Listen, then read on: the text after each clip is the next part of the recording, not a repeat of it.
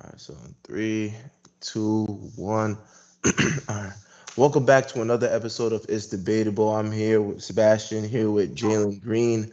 So today we're going to be discussing the NBA Finals. For starters, we're going to be talking about how the Boston Celtics now have a 2-0 lead on the Dallas Mavericks, winning last night's game. I believe, what was it, to 102 to 98 or 105 to 98, something of that sort. Right now, the series is going to shift over towards Dallas, where they will play the next two games. I believe that this right now is a crucial moment for the Dallas Mavericks. This is gut check time for them, to where we've seen Luka Doncic has played up to par, but I just feel like the other role players has not got involved thus far. So my question for you, Jalen, is this series over? No, I don't think the series is over yet. Again, you feel me? I feel the Boston Celtics took care of home court advantage like they're supposed to. It's 2-0. I definitely seen like a lot of series where it was 2-0 and that, even like 2021 where the Bucks were down 0-2 and they came back and won four straight to win the NBA Finals. I definitely feel it's not over until like I'll say maybe like 3-0 or something like that. But again, these games are close. I definitely feel with the exception of the first quarter in game one, I feel like, relatively the score had been close quarter by quarter.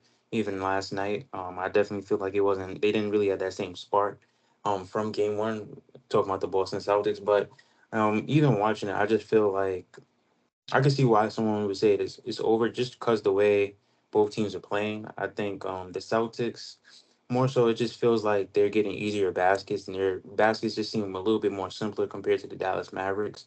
I definitely seen like a lot of times that the Celtics are getting a lot of mismatches, whether it's like Porzingis or even them trying to hunt Luka on like pick and rolls and trying to get the switch.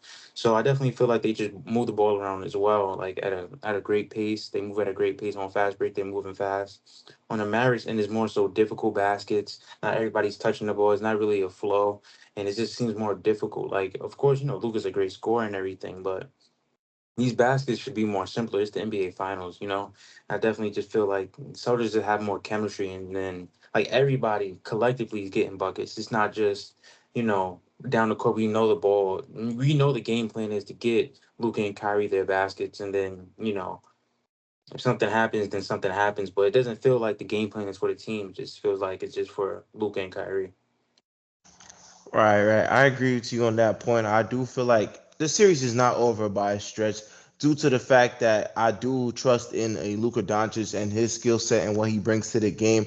I feel like if game three should be a very pivotal moment for him in defining how this series goes, because I do feel like if Luka Doncic comes out very dominant, I know he's been scoring, but just limit the turnovers and just add more aggressiveness on the offensive end. I do feel like this series could, really extend further than what people are thinking. Because right now, people have it, I believe, a sweep or even a gentleman's sweep, which I do feel like is unfair. Because I think right now we still haven't seen the best of Kyrie Irving yet.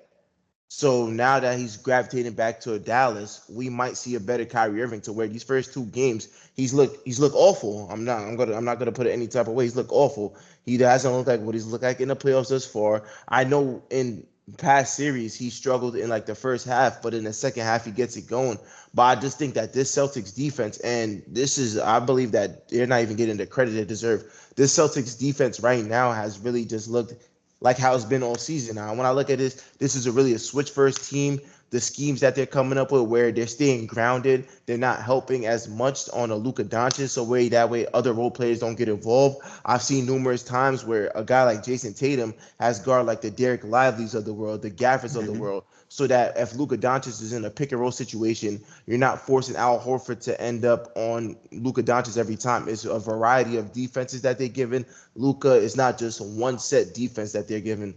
So to me, it's more so that I like what I've seen thus far, but to me, the only thing that worries me with the Celtics team is when their 3 point shot is not falling. How well are they going to be able to, to hold on to their offense? Because when we seen it, like last night's game was very close towards the end.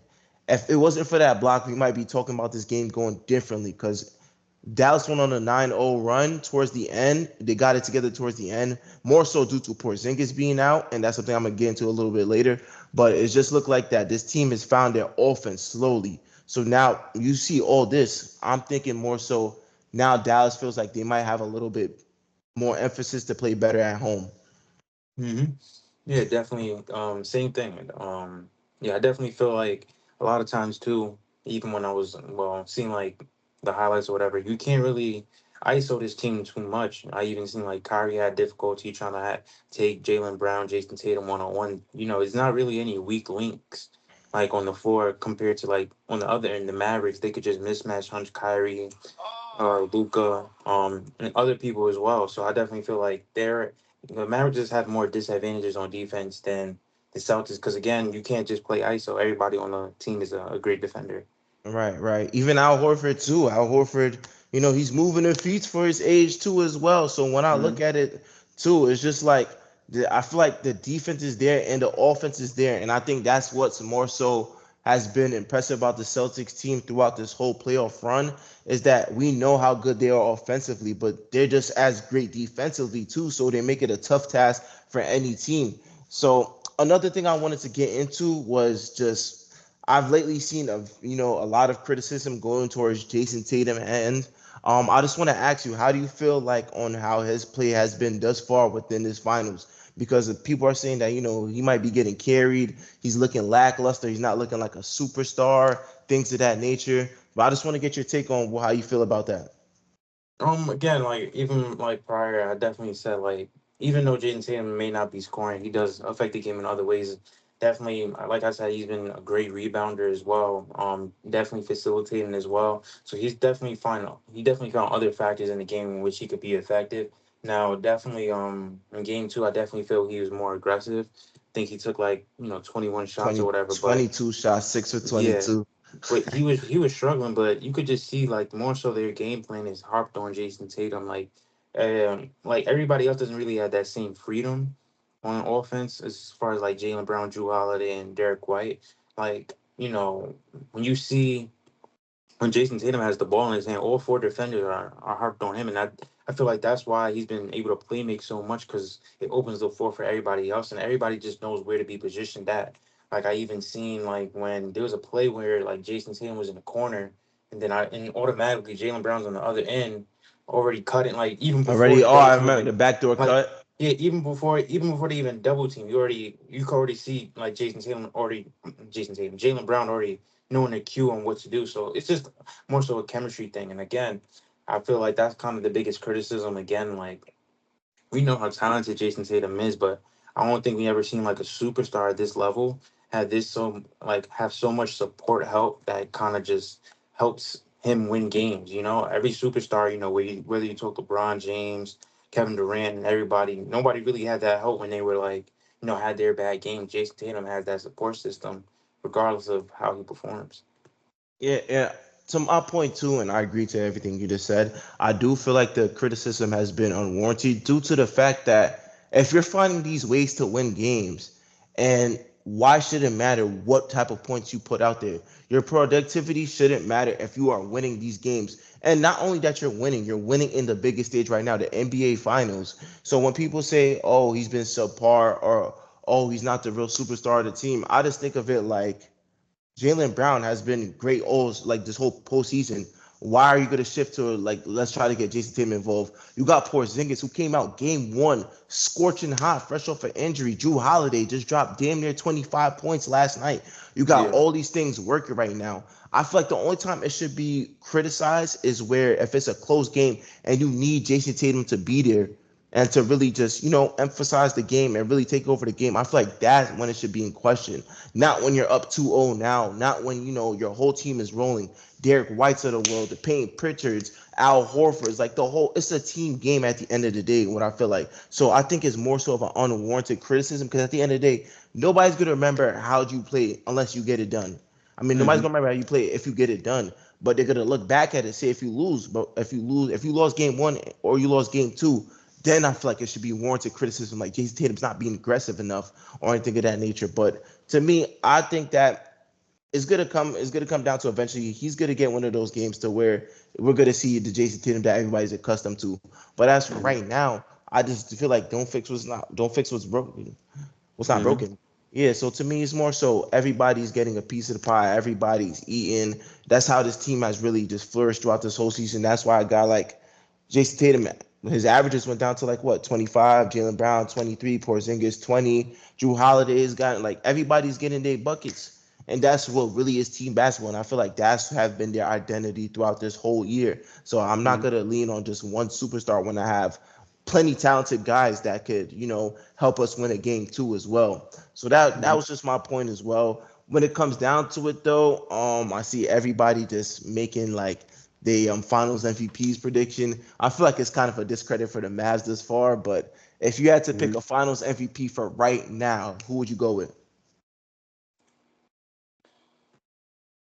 I don't know. It's still kind of still early for me because again, it's not really one person on the Celtics I could give like the main credit to. I'll say Jalen Brown is playing the best, but again, it's like it's still But two is more it really games. that much this that's Yeah, what I'm saying.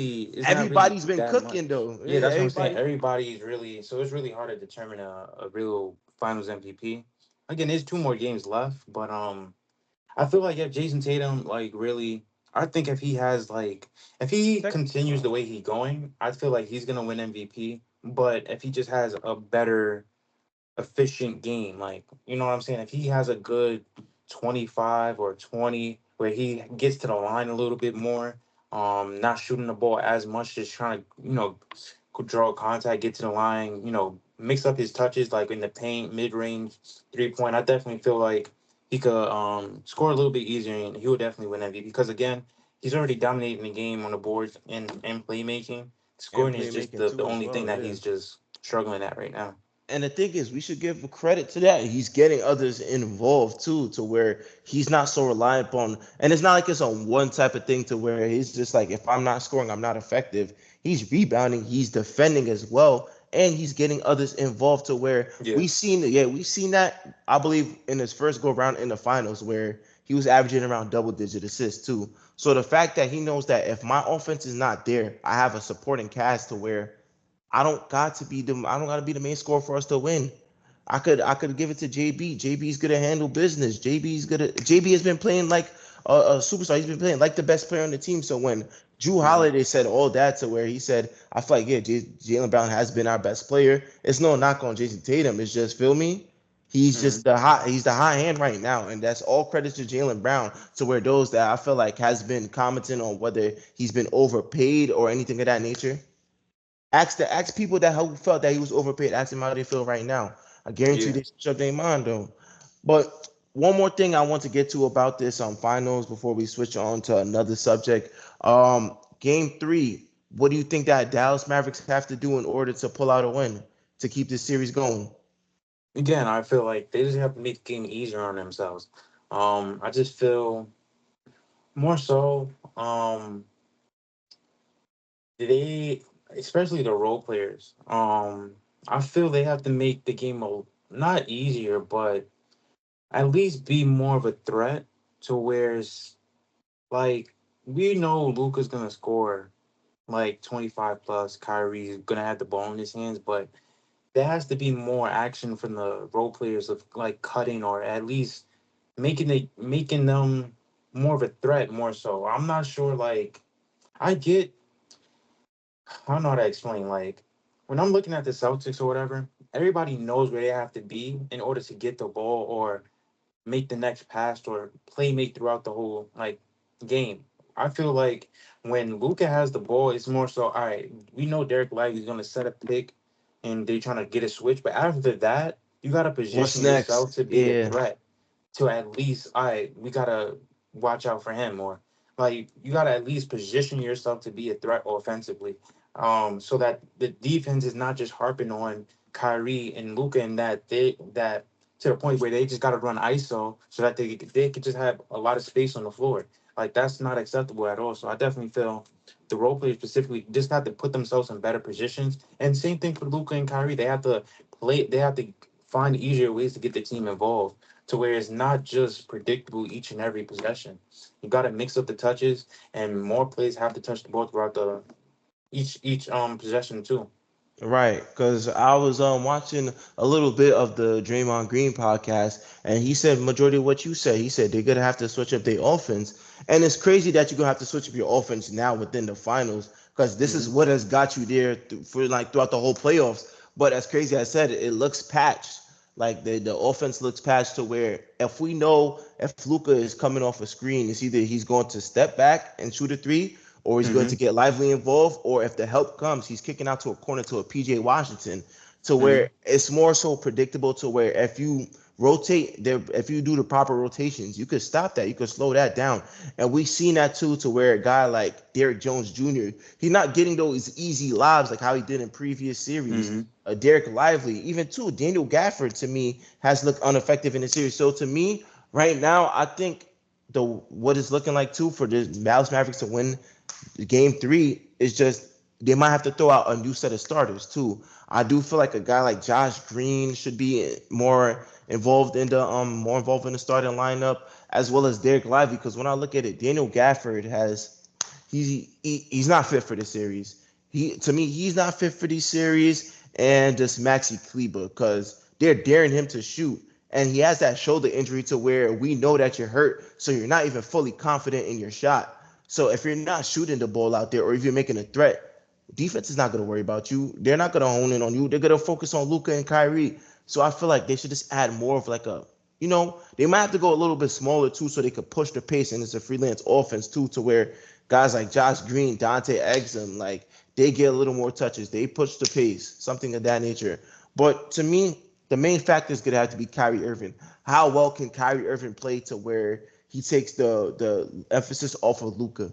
That's going to Hmm. be a key point to me as well, because Kyrie Irving has been crap. So if Kyrie Irving is crap, it's like Luca's playing 1 on 5 out there, to where nobody else is going to be their best player. And the second best player to me has been PJ Washington. Shout out to Hmm. PJ Washington, because he's been very aggressive thus far. Even though shots fall and shots not, he's going to be aggressive on the offensive end, to where he's going to attack the basket strong. He might go crash and grab a second chance points, things of that nature too. So that's just what I got to say right now. But I believe game three is what, Wednesday? I believe so. Yeah, game three Wednesday in Dallas. Boston up 2-0. I'm gonna just ask you before we end this part. Who do you got winning? I got Dallas winning. I It think I goes to might one. 2-1. I'm mad at you. I think I got Boston winning game three, and then Okay. Dallas might win game four. That's how I got it. That's how I Because got to again, it's ask. just like from game one. Again, like the Celtics came out with that momentum, and then game two, the Maverick kind of matched a little bit. I feel like the Mavericks are like Getting a getting little better. like better, like game by game, they're figuring something out, and the games are getting a little bit closer. So I feel like they'll figure it out eventually. True, true, true. All right, then. So that's just gonna wrap it up. Game three is on Wednesday once again. All right. So moving on to our next topic. Um, just we're gonna go straight to it. Just the Los Angeles Lakers has been searching for a new head coach since firing Darvin Ham. What we seen earlier before weeks ago was that they had interest in JJ Redick. Then I believe maybe like 3 to 4 days later, they're talking about how maybe we want to get a Dan Hurley. How we having talks with Dan Hurley. There was conversation spiking up to where their maximum interest was within Dan Hurley, and how they're flying him out for meetings, telling him how it would go, things of that nature.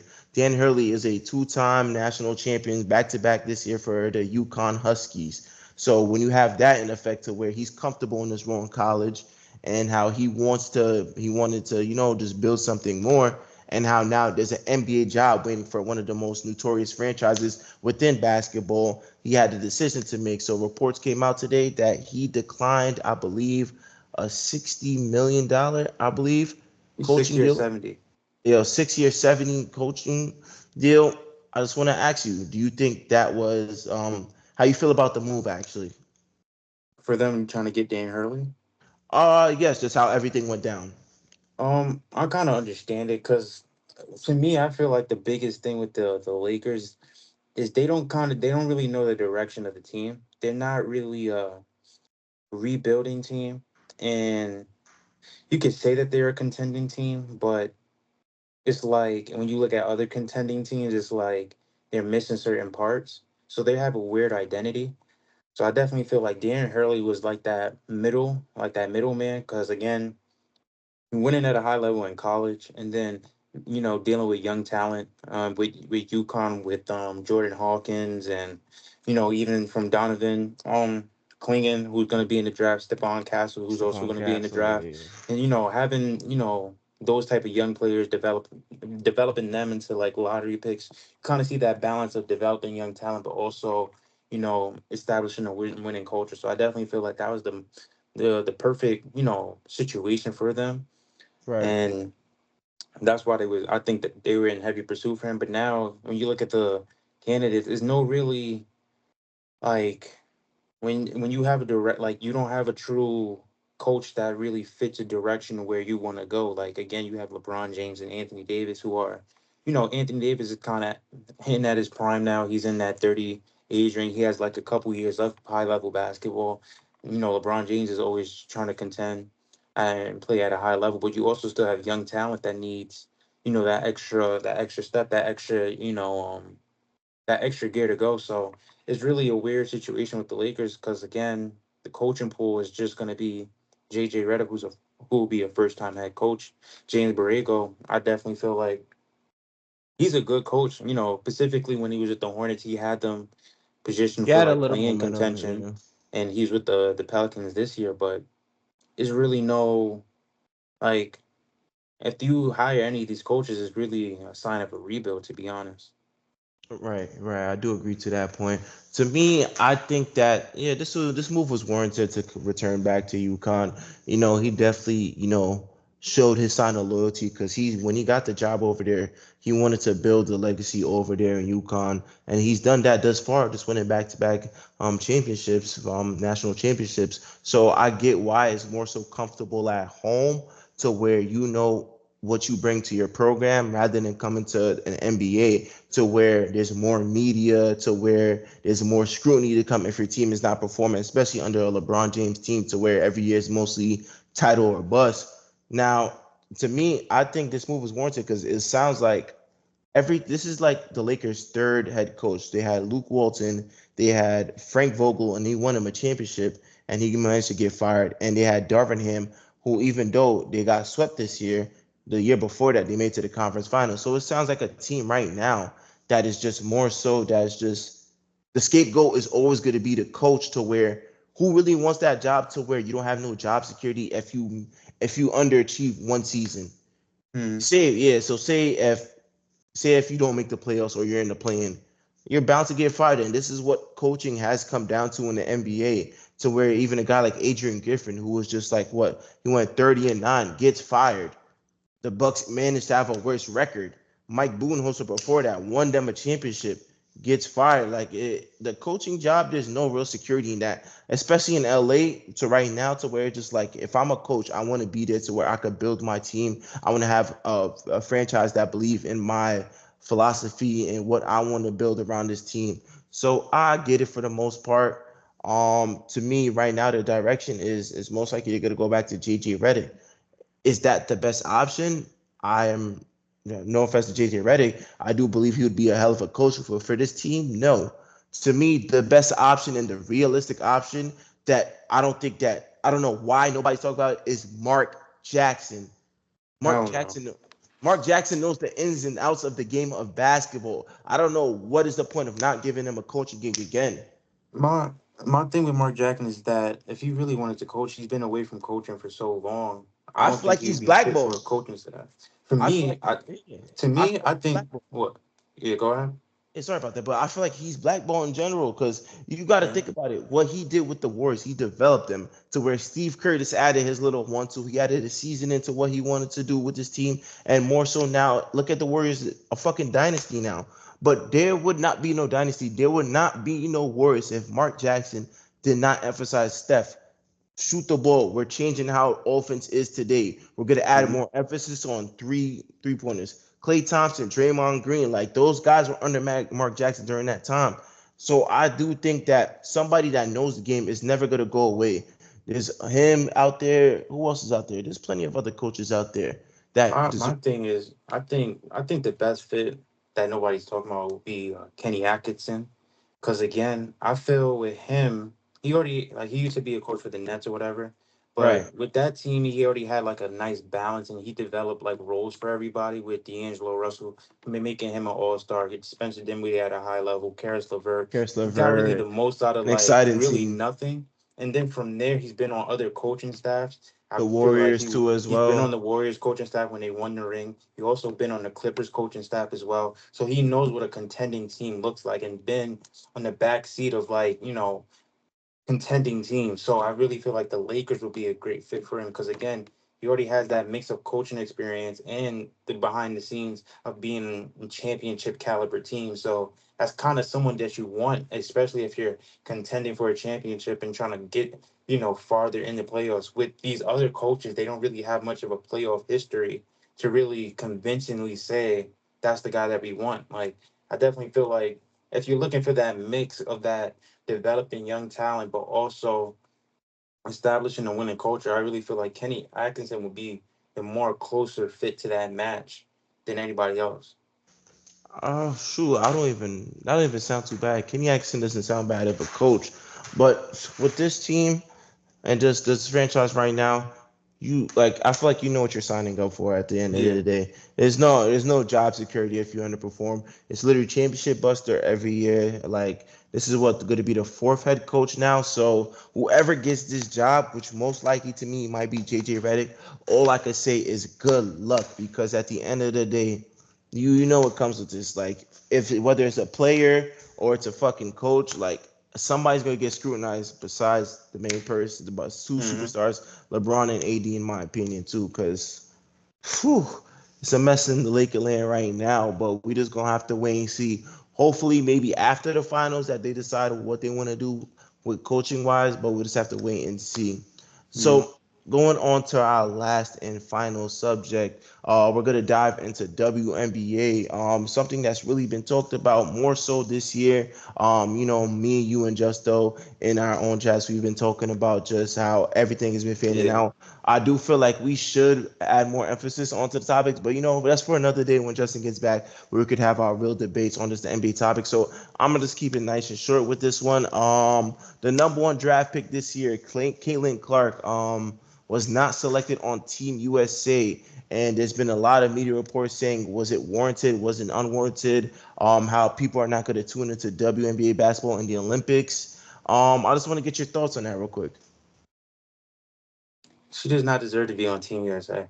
Thank Like, honestly, like, it don't matter. Like, these people on the like, legit, I looked at the roster. There's nobody I would take off the roster for Caitlin Clark. Like, you. You again, this is can't. not a popularity contest. Like, I get it. I get it. Like the uproar about it, like best college player of the year and all that other stuff. But like again, like and the way she's playing now is like okay, like I just really feel like the uproar is just because how popular she is, how much eyes she will bring to the Olympics and everything like that. But again, the game is the game. Like if I'm sending Right. out the 12 best to represent USA, I'm putting people that's been there before. Like Brianna Stewart is a 5-time Olympian. Like you feel me? Like Diana Taurasi, 5-time Olympian. Like these are people that's experienced in this in like this type of field. Like I'm not like I don't care who Clayton Cart like respectfully like I'm sending out my soldiers out there like type thing. So yeah. No, 100%. I do feel like more times people said and I think even Stephen A said you couldn't make an exception for one to where I just don't feel like if you're not ready, you're not ready. When it's your time, it's your time. There's gonna be plenty more Olympics, but just those who deserve it, those who have paved the way. I know they want to make it more so like how Anthony Davis managed to get a roster spot on that Hmm. 2012 U.S. Olympic team, but I do feel like it's way more different. To me, it's just that she's not ready. That's plain and Yeah, simple to what it is too. Like, there's no offense to her. Like, she's a hell of a talent, but at the same time, it's more so we really want to send the best of the best to secure that gold medal, and that's from the first roster spot down to the last roster spot. And to me, shoot, yeah. she she might have, if somebody gets injured or something, God forbid, or anything like that. Someone gets injured, she might crack that list. But right now, though, these women that are on these lists are certified, paved the Hmm. way. Like, there's not one person I don't think I would take off either, too. Like, feel me? And to Hmm. me, it's led by an Aja Wilson team. So where I don't want no other person taken away from what her or Brianna Stewart is going to do in the Olympics. Because right now, like, she is the best player in the WNBA. So she should Hmm. be the face of that. And I feel like, not to, like, try to mix media drama, but I feel like Caitlin Clark being on that team is going to take away from the emphasis of that to where the real superstar, the real best player on this in the league should be there. Yeah, but even that, I just feel like even adding Caitlin Clark to the team, I feel like even in those training camps, it's gonna be more so hard. Like they don't have time to like. This is not no like WNBA team. Yeah, This this is for is the best. That we're like going against at that Russia, Germany, yeah, like like we're at going that against training the camp, best of the best. Yeah, like Kelsey Plum, like Joe Lloyd, fucking Sabrina Ionescu are gonna kill Caitlin Clark in that training camp, and like this is no time to develop. yeah. This is not no time to develop. They're gonna go at like they're trying to like win gold medals. Like you feel me? So this not no like we're trying to develop you. Like if you're not ready and set, like it's Yeah, I would clip. say, no, I would see more so Jewel Lloyd's highlights. Fucking bucket, bro. Like, Yeah, bro. nah, yeah, there's a lot of buckets. Yeah, I just want to say, shout out to WNBA, and like, feel me, Hmm. the more attention that's being brought with or without Ken Clark, even last year, I started tuning in a little bit more, because more so, even New York was in the finals against Vegas, even though they lost, but it's more so you just start paying attention more, because like these women are the real deal right now. Like, Hmm. they could go to and majority shits and bust a lot of these dudes ass, bro. Really give them like 40, 50. So the shout out to Hmm. the WNBA and what they do in the growth. That goes for the vets, that goes for the rookies too. Shout out to the rookie class. So I just want to say that we will definitely dive more into the WNBA and what more they have throughout the year. I just feel like I should really just wait for Justo because his opinions on it are definitely valid takes that I feel like everybody should hear as well too. But that's really about it. Anything else you want to say for just any topic that you have in mind? Nah, man, bro. Brianna Stewart the GOAT, bro. That's it. I leave on that. It's debatable, man. It's debatable. Nah, but I just want to appreciate you for taking time out your day to just have this episode real quick. I know we haven't been in the studio for a while. We're still working on that. Just for update for everybody that's been tuned in. Right now we're just currently working on more NBA seasons winding down. We still gonna have battle rap. Gnome is definitely around the corner. I'm gonna try to be on the episodes for Gnome.